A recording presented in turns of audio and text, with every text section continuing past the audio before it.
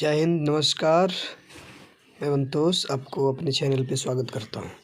तो आइए दोस्त, जैसा कि आप जान रहे हैं कि क्लास 10th 2023 का एग्ज़ाम जो फरवरी में होता है उसका लगभग अब आधा समय समाप्त हो गया है।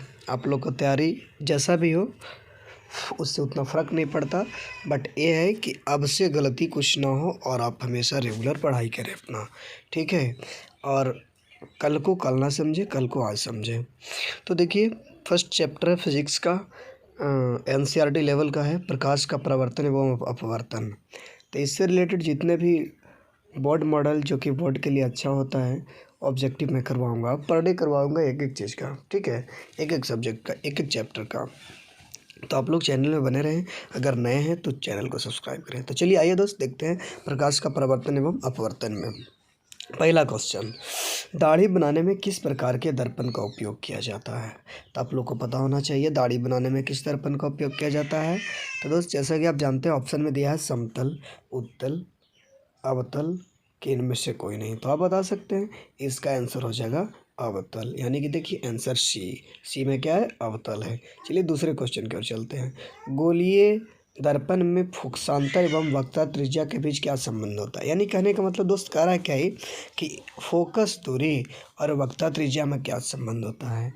तब आर बराबर 2f होता है कि केवल 2 होता है, कि एफ बराबर r/2 होता है, कि आर बराबर एफ होता है। तो दोस्त जैसा कि इसका भी जान रहे हैं कि एफ बराबर r/2 होता है, तो इसका भी आंसर सी आप लोगों को दिखा जैसा कि स्क्रीन पे। अब यह नंबर 3 पर चलते हैं हम। यदि किसी अवतल दर्पण की फोकस दूरी एफ हो और वक्रता त्रिज्या आर हो तब क्या संबंध होगा? तो फिर से वही बात आया दोस्त कि एफ बराबर r/2 आ गया। चलिए ठीक है, क्लियर। एफ बराबर क्या आ गया, r/2 आ गया। आप देखिए आगे, तो यानी कि ऑप्शन नंबर ए इसका हो जाएगा। अब चलते हैं 4 नंबर सवाल पे। अवतल दर्पण से परावर्तन के बाद किरण किस बिंदु से होकर गुजरती है? तो किस बिंदु से होकर गुजरती है? तो सी से गुजरती है, एफ से गुजरती है, पी से गुजरती है, कि सी और एफ दोनों से गुजरती है? तो जैसे कि आप देख रहे हैं कि एफ से गुजरती है। अवतल दर्पण में परावर्तन के बाद किरण जो है ना फोकस से होती है, यानी किसी अनंत से आती हुई किरण जब जाकर के दर्पण से टकराती है ना तो रिफ्लेक्ट होकर के फोकस पर चली जाती है। आगे आइए 5 नंबर सवाल। 5 नंबर सवाल है, किसी दर्पण से वस्तु को कहीं भी रखने से वस्तु के आकार का सीधा प्रतिबिंब बनता है, तो दर्पण कौन सा होगा? यानी कि जितना बड़ा वस्तु है ना उतना बड़ा ही प्रतिबिंब, और सीधा अगर बने तो कौन सा दर्पण होगा? तो आपको दोस्त पता होना चाहिए कि समतल दर्पण ही बराबर प्रतिबिंब बनाता है, ठीक है ना। वस्तु के बराबर कौन बनाता है दोस्त? तो समतल दर्पण बनाता है। आगे चलिए, आगे देखते हैं। नंबर 6, प्रकाश के अपवर्तन के कितने नियम हैं? तो दोस्त जैसे कि आप बात जानते हैं, प्रकाश के अपवर्तन के कितने नियम हैं? तो प्रकाश के अपवर्तन के 2 नियम हैं, समझ गए। एक नियम जो है और एक 2 नियम है। तो अपवर्तन के दूसरे नियम को स्नेल का नियम भी कहते हैं दोस्त। उसके तहत होता है एक अपवर्तनांक बराबर साइन आई बटा साइन आर होता है। और प्रकाश के परावर्तन के भी 2 नियम हैं। आगे देखिए, तो 2 हो गया। अब प्रकाश का वर्ण विक्षेपण किस उपकरण से संभव है? यानी कि कहने का मतलब है प्रकाश के वर्ण विक्षेपण को आप किससे दिखा सकते हैं? यानी कि दर्पण से दिखा सकते हैं, लेंस से, कि प्रिज्म से। तो वर्ण विक्षेपण को प्रिज्म से साबित किया जा सकता है। अब देखिए, किसी गोलीय दर्पण की वक्रता त्रिज्या 50 सेंटीमीटर अगर है तो उसकी फोकस दूरी क्या होगी? किसी गोलीय दर्पण की वक्रता त्रिज्या 50 सेंटीमीटर, तो फोकस दूरी तो ये बराबर r/2 फ्रेंड आप लोग जानते हैं फार्मूला। तो यानी कि बराबर r/2 और r का वैल्यू दे दिया 50, तो 50 बटा 2 यानी कि 25 सेंटीमीटर, जैसा कि सी हो जाएगा। तो बिल्कुल सी हो गया। अब देखिए आगे। अब 1 मीटर फोकस दूरी वाले उत्तल लेंस की क्षमता क्या होगी? 1 मीटर फोकस दूरी है और लेंस की क्षमता P बराबर होता है 1/f होता है। तो 1/f होता है, तो 1 बटा हो जाएगा कितना, 1, यानी कि 1/1 यानी कि 1 डायोप्टर होगा दोस्त, ठीक है। यानी कि ऑप्शन नंबर बी हो जाएगा। समझ में आ रहा है ना? अब देखिए, किसी उत्तल लेंस की फोकस दूरी हमेशा स्थित होती है, मानिए कि उत्तल लेंस की फोकस दूरी प्लस होता है कि माइनस होता है? तो जैसा कि आप जानते हैं कि उत्तल लेंस की फोकस दूरी धनात्मक होता है, यानी कि प्लस साइन में। प्रकाश का वेग सबसे कम कहाँ होता है? तो जैसे कि आप जानते हैं दोस्त, कांच में होता है। सबसे ज़्यादा निर्वात में होता है, जिसको हम लोग मुक्त आकाश कहते हैं, खुला आसमान कहते हैं, वहाँ सबसे ज़्यादा होता है 3 लाख। अब देखिए आगे 12 नंबर सवाल। निम्न में से कौन सा पदार्थ लेंस बनाने के लिए प्रयुक्त नहीं किया जा सकता है? तो इसको सब कोई जानता है कि मिट्टी का लेंस नहीं होता है। काल्पनिक प्रतिबिंब यानी कि कैसा होता है दोस्त, तो ये काल्पनिक प्रतिबिंब हमेशा सीधा होता है। किसी दर्पण से वस्तु से छोटा प्रतिबिंब प्राप्त होता है। किस दर्पण से, हमेशा वस्तु से छोटा मिलेगा। तो जैसा कि आप जानते हैं उत्तल दर्पण में दोस्त वस्तु से हमेशा छोटा बनता है। 4D क्षमता वाले अवतल लेंस की फोकस दूरी, देखो वही बात हो गया। 4 डायोप्टर है क्षमता यानी कि पी का मान, और अवतल लेंस की फोकस दूरी पूछ रहा है, तो डी पी बराबर होता है 1/f। तो 4 इधर आ जाएगा दोस्त, तो आप समझ सकते हैं कि ये हो जाएगा इसका 25 सेंटीमीटर, यानी कि भी जैसे कि आप देखिए 4 डायोप्टर हुआ ना, ये दिया है, तो लेंस की क्षमता हो गया, तो पी बराबर 1/f, तो पी की जगह पर 4 लिखेंगे, और 1/f। एफ जो होता है ना मीटर में होता है, तो सेंटीमीटर में आंसर दे रहा है, तो इसको बदल देंगे तो ऊपर 100 चला जाएगा, तो नीचे 4 आ जाएगा, ऊपर 100 कट जाएगा, तो 25 का 100। ठीक है। किसी उत्तल लेंस का फोकस अंतर 50 सेंटीमीटर है, तब उसकी फोकस यानी कि उसकी क्षमता क्या होगी, तो इसका हो जाएगा दोस्त 2 डायोप्टर, यानी ऑप्शन नंबर डी। किस दर्पण से वस्तु का बड़ा प्रतिबिंब बनता है, तो बड़ा प्रतिबिंब सर अवतल में बनेगा, क्योंकि छोटा प्रतिबिंब उत्तल में बनता था। 2 डायोप्टर क्षमता वाले लेंस के फोकस दूरी, जैसे कि देख रहे हैं बार बार एक ही सवाल आ रहा है दोस्त, तो सेंटीमीटर में है, तो आप समझ सकते हैं 100/2 हो जाएगा, यानी 50, option number D, sorry B हो दे दिया जी। तो बी कैसे दे दिया, पहले इसको हम जानें कि 2 डायोप्टर क्षमता वाले लेंस का फोकस दूरी, तो फोकस दूरी है कितना, ज्ञात करना, और 2 डायोप्टर है, तो P बराबर होता है 1/f है, 1/f है।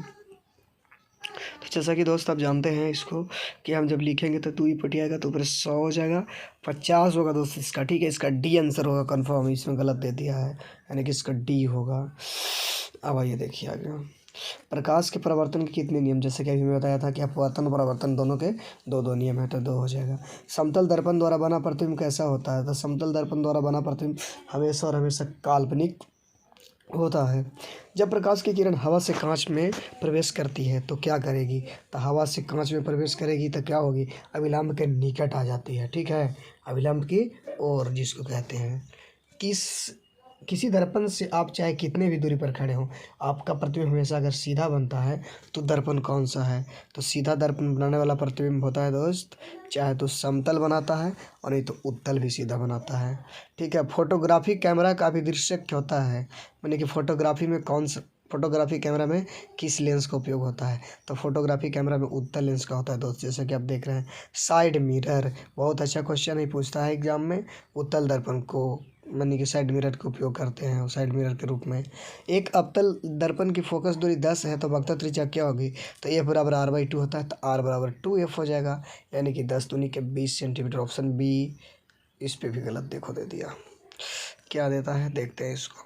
वक्रता त्रिज्या था R बराबर ना, तो एक अवतल दर्पण की फोकस दूरी, तो F बराबर R/2 होता है, तो F बराबर जब R/2 होता है तो R बराबर 2F, तो दूसरे फोकस दूरी में गुना होगा 20 सेंटीमीटर, बी होगा आंसर सर।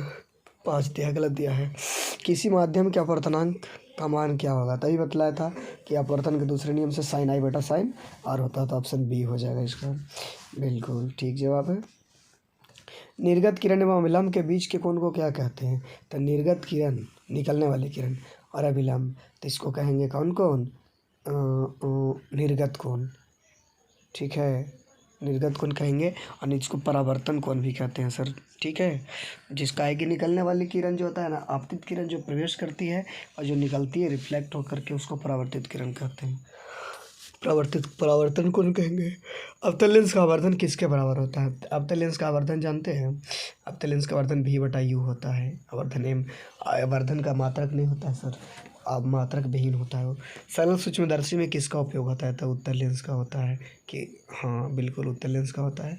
किस लेंस द्वारा सिर्फ काल्पनिक प्रतिबिंब बनता है, तो काल्पनिक प्रतिबिंब भी उत्तल में बनता है। ठीक है, एक उत्तल लेंस होता है कैसा, तो बीच की अपेक्षा किनारों में मोटा, तो नहीं, किनारों की अपेक्षा बीच में मोटा, बिल्कुल सी हो जाएगा आंसर इसका। किसी बिंब का वास्तविक एवं समान आकार का प्रतिबिंब प्राप्त करने के लिए बिंब उत्तल लेंस को कहाँ रखा जाता है, तो यानी कि बराबर चाहिए, तो फोकस दूरी की दुगनी पर, जिसको हम लोग सी कहते हैं सर। वक्रता त्रिज्या पर अगर कोई वस्तु को रख दें तो प्रतिबिंब भी वक्रता त्रिज्या पर बनेगा, लेकिन उल्टा बनेगा और एकदम वस्तु के बराबर बनेगा।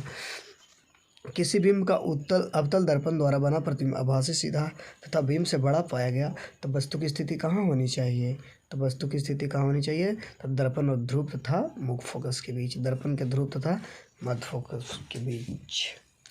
अब अगला 34 देखिए, किसी गोलीय दर्पण तथा किसी पतले गोलीय लेंस दोनों की फोकस दूरी -15 सेंटीमीटर है, तो दर्पण का लेंस कैसा है? तो माइनस वाला अगर है तो ए हो जाएगा, दोनों अवतल ही होंगे। परावर्तन के नियम से कौन सा कोण बराबर होता है? तो आप जानते हैं कि आपतन कोण परावर्तन कोण के बराबर होता है, यानी कि ऑप्शन ए हो जाएगा सही। लेंस में मुख्य फोकस की संख्या कितनी होता है? तो लेंस मतलब उत्तल या अवतल, तो फोकस हो जाएगा 1, ठीक है कि 2 होगा, तो मुख्य फोकस की संख्या हो जाएगी 2। लेंस में फोकस,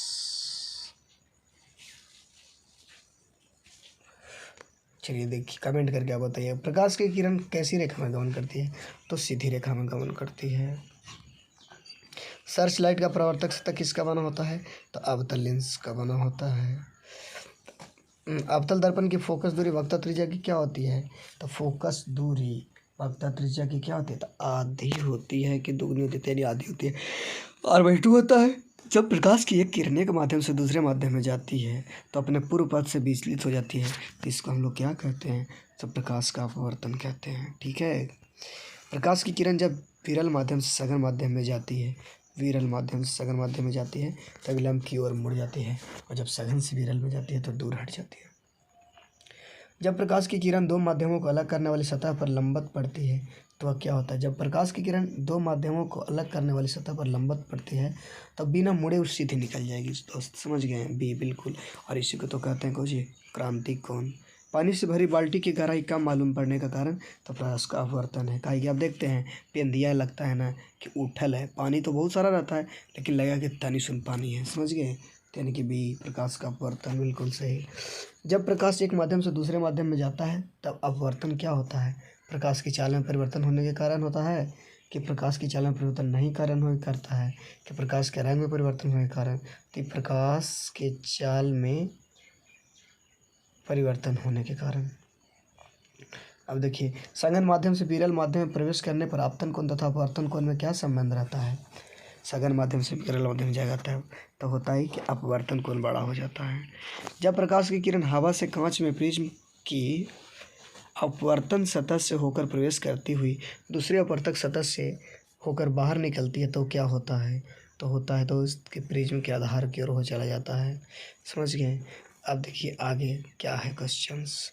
तो इसी तरह से सवाल थे और आप लोग को देखें कि कितना देखें 46 क्वेश्चंस हम लोग देखें। तो आप लोग इसी तरह से हमेशा वीडियो में बने रहें क्योंकि ऐसा ऐसा क्वेश्चन हम आपको हमेशा करवाते रहेंगे। जय हिंद।